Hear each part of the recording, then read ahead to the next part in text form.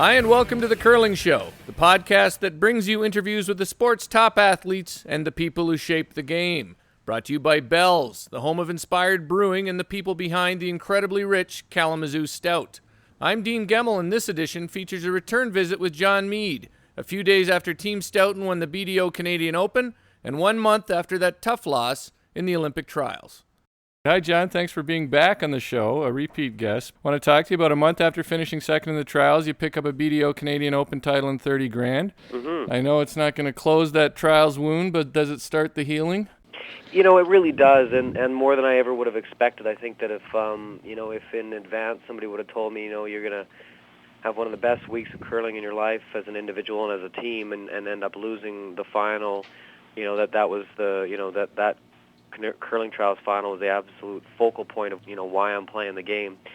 And then to lose that game, as close as it was, and then, to win another major event a month later, if somebody would have said, number one, that we would have been able to turn around and win that event, I would have probably taken that bet, and then even more so that it actually would have meant as much as it did. And, it really does help, and I'm surprised how much it helps. I think the fact that it was in front of our hometown crowd that was so great to us during the trials with all the emails and such that they sent us and all the support we got that way, and then to actually get something, really positive out of our great play that we've come up with in the last month, is nice. I mean, the trials is an amazing event, and but the reality of it is, unless you win, you're not much better off than the guy that was watching it, from his couch at home. Yeah. You get a really nice candy dish, but that's about all you get out of it.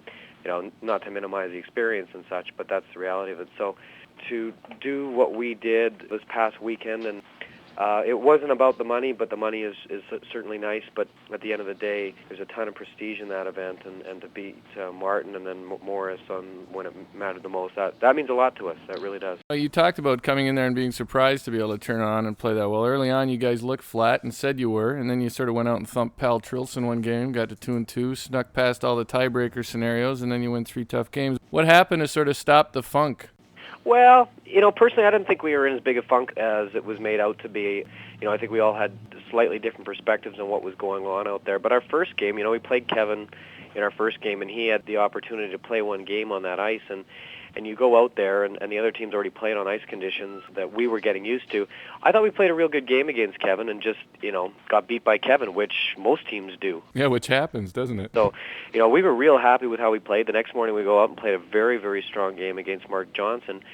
And we had one stinker against Jim Cotter and the boys, and part of that was due in part to what they did out there. But now we were off that game, and I don't know if it was because it was back-to-back and we, had a bit of a lengthy delay before the game, and we just, didn't get off to a good start, and, we were tired, and there was lots of reasons. But I never felt bad about our position, even when we were 1-2, because I liked our chances against Powell the morning after on fresh ice with a bit of a rest, and I always knew that 2-2 was going to get us into something. So once we got started and played our first couple games, I liked our chances of being around for a long time. But, no one can look at that once they qualify and say, if we play great, we're going to win, because you can play great in that thing and lose any of those games against any of those teams that qualify. So, once we got things going in our first couple games, it was clear that everybody still wanted to play, and I think that was the question mark was coming out of the trials. It was very possible that somebody, any one of us was going to step on the ice and say, you know what, I don't have anything left in the tank. I put it all out there in the trials, and that was my one big last hurrah, and there's no part of me that wants to be out here on the ice. But that wasn't the case. I think everybody was pretty excited to play. I guess the big question mark was Gary Vandenberg, right, and whether he was going to play, and then he went out and he played beautifully the whole weekend, I thought. What I was so proud of with Gary was, everybody saw him who watched it have a bit of a struggle in the second half of the semifinal game against Morris in the Olympic trials. And he was fantastic all week, and then he went out and had his best game of the week in the final, and that tells you something about the guy's talent and his character. Unfortunately, it wasn't enough of a team effort that day to get the win, but, he did everything he could do, as did everybody. And he only carried that on this weekend, and he took one game off, which, in the morning, and Don Harvey, our fifth, came out and played against Trulson.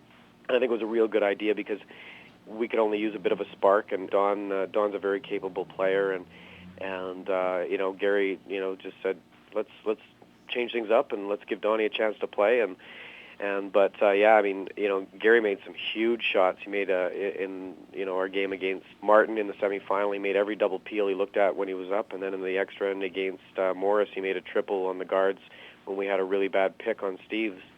So if he doesn't make that shot, we're chasing all end, and we don't have a straightforward shot to win. So, no, Gary was definitely, like the rest of us, was all, it was tough to deal with that loss in Halifax, and he was just a lot more blunt about saying what was on his mind at that moment than the rest of us. But I'm pretty sure all of us were sitting there going, I can't imagine going back out on the ice again. Right. So, but he's in for the haul. He's in for the rest of the year, and then we'll see where things go from that. Okay, so you're going to see where things end up at the end of the year before you talk too much about whether he retires or not, or. Oh, absolutely. Yeah. Yeah, the rest of us, for that matter. So painful as it might be, I do want to talk about the trials for a moment. I had Russ Howard on the show last week, and I asked him about Jeff's famous comments on Gushu's chances, and he said it actually did motivate the team. I don't want to ask you to speak for Jeff, but does he regret saying those things? No, I mean, if there's anything I know about Jeff is that he doesn't regret it. People can take him to task on saying it in the way he did it, and he has his own reasons to do it, and the bottom line is that he was just being honest, and sometimes that gets people in trouble. The thing that I think gets lost in all that, and because it became such a great media angle for some people that like to focus more on potential controversies than they do on any other aspect of what's going on out there, because there was so much good in and of that event. But the bottom line is that we played those guys a month before in Port Hawkesbury in the Slam, and we weren't playing particularly well. And Glenn's brother was playing second. That's supposed to be a bit of a joke there, but Russ was playing second, and that was the first time everybody saw it. We played those guys, and they were brutal. I mean, bottom line, in that event, with that lineup, they weren't particularly good. And yeah, they weren't close in that, were they? And I'm sure if you asked them, they would say the same. And if they didn't, well, then, at least in the game we saw them, they weren't very good, because we didn't play particularly great, and I think we were 4 up coming home or something like that, or 3 up coming home. So, I think that if you sat down with any of the teams that were in the trials that were informed and had seen guys around, and you sat down and over a beer and said,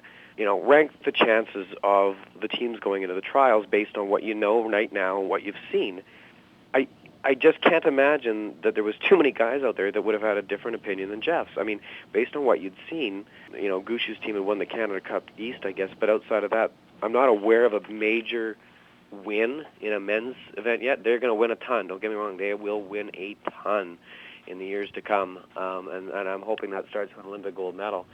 But up until that point, based on everything we'd seen, I don't think too many people would have given them a chance. Now, not everybody's going to go out and say that in the free press or any other major publication, and I'm not going to defend or criticize Jeff for that. He's his own guy, and he's allowed to say what he says. Not everybody would say that. Most guys around a beer between you and the fence post would have said the same thing, and that's just based on what everybody was seeing to date, and I don't think anybody should take offense. Now, the fact that it motivated them and took it the right way, and they were real nice to us. They could have been jackasses about it, been real tough on us, but they weren't. They took it in stride and understood where, that it wasn't personal, that it was about just answering a question, but the fact that they turned it around and it elevated their game, all the more power to them, and it shows a lot of composure and a lot of perspective on their end, and at the end of the day, totally proved us and lots of people wrong. My hunch is that the young guys would have taken it personally if Russ hadn't told them not to, but that's just my hunch. It's possible. I mean, I think those guys, for as young as they are, they've been through a lot already. They've played World Junior Championships and been to a couple Briars. They've got a lot of composure already. They've got a lot of experience. They handle themselves very well. So I personally don't, maybe not, they wouldn't have handled it quite as well, but I don't think it would have rattled them. I think they handle themselves very well at all times.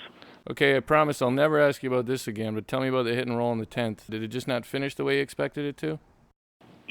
Sort of. It's one of those things that when I'm looking at it, I'm going, the one thing I know is we can't stick here. Yeah. If we stick here, he's got a shot that he can't miss to at least, force the extra and he's going to have a chance to get both. So that's my first process. We've got to make some sort of a roll.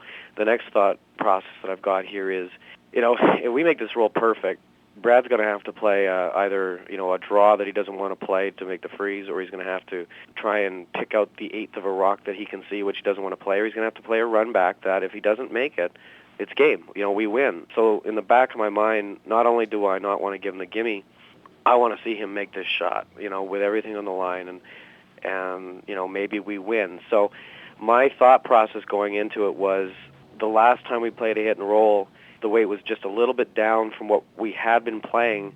And my last conversation with Jeff, I read into that if anything, he wasn't going to overthrow it. And we've played long enough together that, you sort of have to pick up on these things. And I think my expectation going into it was I just had something in my gut that told me, you know what, be careful. The weight might just be down a hair because we have to make sure, of course, that we don't roll out and, that we don't make it real easy for him. So out of his hand, it looked good. I thought the only thing we're possibly going to do is it's going to over-curl. It looked like it could have been just it was right up, but I expected the weight just to be a little soft. The weight was perfect. The guys called it perfect. I just overswept it, and, I just had too much. I think if there's anything that I look at, I go, I expected something that it didn't happen. So instead of just reacting, I had sort of a predetermined idea of what might happen, and it's certainly part of the pressure of the moment, part of the, everything that was on the line. It absolutely had a bit of an impact on it.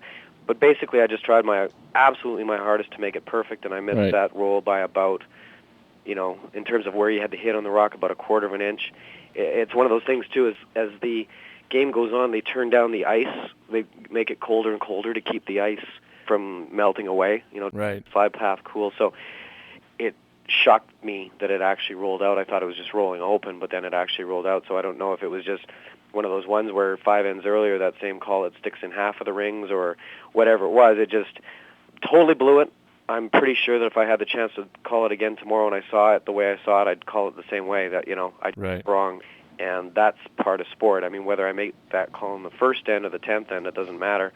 Our misses that day killed us, and their misses didn't. So yeah, and I think the armchair quarterbacks and the club curlers at home, 90% of the time they play it and knows it. You know what I mean? So they wouldn't go for the roll or wouldn't be able to get the roll. So like you said, it was. I mean, a quarter of an inch is probably more than. It was probably less than that. But anyways, I'm never going to ask you about that again, John. So I'm putting that to bed.